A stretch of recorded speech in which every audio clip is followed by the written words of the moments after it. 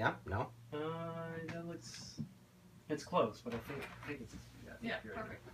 I'm going to lean down a little bit. That's good. Yeah, okay. Okay. So, they're not supposed to hear my voice, so if you could wait like Should he 2 introduce seconds himself, or are you yeah, going to put a title yeah. underneath him? I mean, either. Do you want to introduce yourself? Sure. Okay. Okay.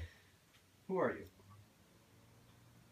Hi, I'm Dr. William Anthony Nericho. I'm a professor of English and comparative literature at San Diego State University, and I direct the MALIS program, a Master of Arts in Liberal Arts and Sciences. How have you been affected by the Civil Rights Act of 1964?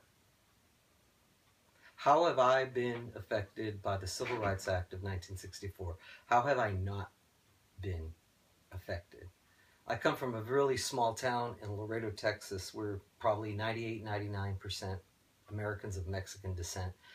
The town's name is Laredo, Texas, and the Civil Rights Act of 1964 basically changes the lives for thousands, tens, thousands, hundreds of thousands of Americans of Mexican descent in Southern California. Usually the Civil Rights Act is associated with African Americans, but it was a game changer for African Americans, Mexican Americans, Samoan Americans.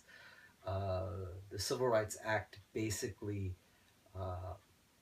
changed everyday life for us, because before the act is passed, it's legal to discriminate. It's legal to build institutions that systemically act against people of color, against women. So the Civil Rights Act changed my life, because I never would have gone to the University of Texas. I wouldn't have been a professor of English. I would not have been the person I am today. Wow. That was really good. That was really good. Cut, print. Yeah, cut and print. We're done. Let's wrap it up. Thank you for your time. I don't know. Wow. You like that? Because your focus was kind of like how it's changed the face of communities. But because you kind of touched on that, but you're at the university, like how does enrollment and opportunities, like you were there, but you kind of had it as a personal bent, and now I'm like wondering if professionally. Well, it was a personal question. Yeah, exactly. So like maybe he could have the professional aspect of it, like as what was the impact of the Civil Rights Act on communities with regard to education and higher education? Okay. Yeah. So ask me that. Okay.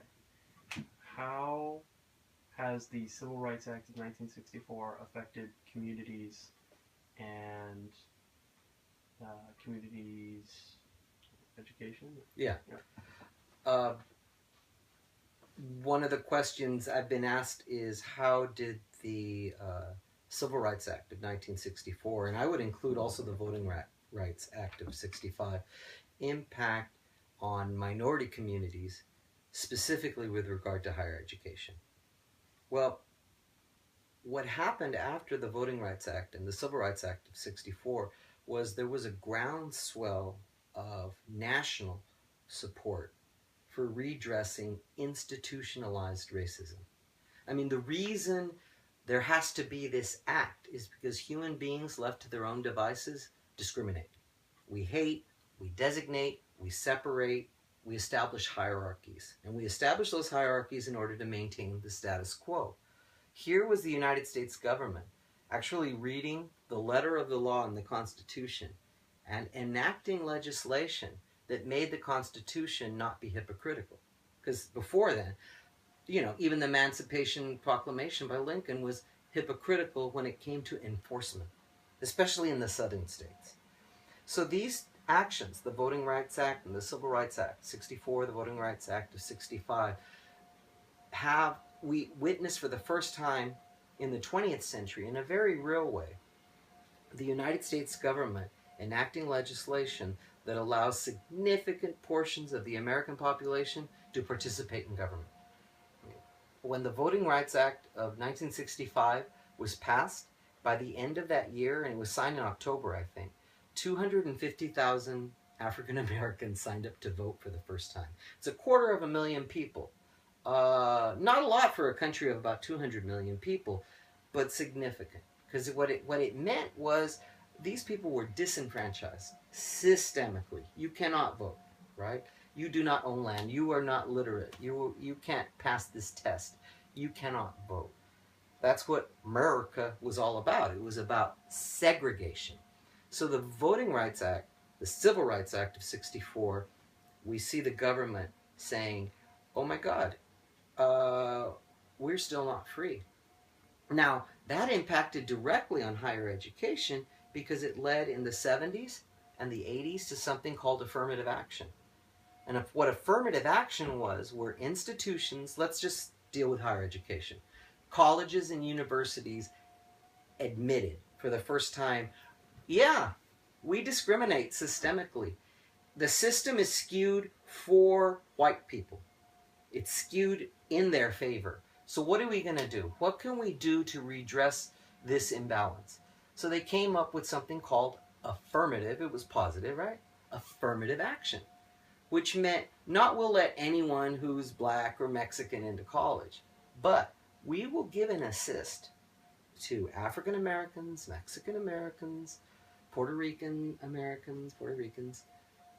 who are good, but they're not quite at the top. They're not quite at the top level. They might need an assist. I was one of those people who benefited. In 1980, I received, what was it called? The Texas Achievement Award, which I thought was an achievement award. I was great. I was so happy that I got the Texas Achievement Award. $1,000 a year. And fees waived, and they paid for some of your books to go to the University of Texas at Austin. Later I found out it's because I was an American of Mexican descent. And people don't know this because my last name's Nericcio, right? Nericcio. I'm Sicilian, but it's a lie. 3/4 of me is Mexican. Well, somehow UT knew. I got that scholarship. Then I got a fellowship to go to Cornell University in the Ivy League. Again, special funds were used. It didn't mean that only 4 people were let into my program in 1984, comparative literature. They were only going to let in 3, but there were 4. There was money for a set-aside, an affirmative action on the part of Cornell University if there was a qualified candidate. If he or she happened to be Mexican American or African American, they would pay for your graduate education. I got in. So I owe everything. and academia as we know it now owes so much to the Civil Rights Act and the Voting Rights Act of the early 1960s. Wow. Okay, another well.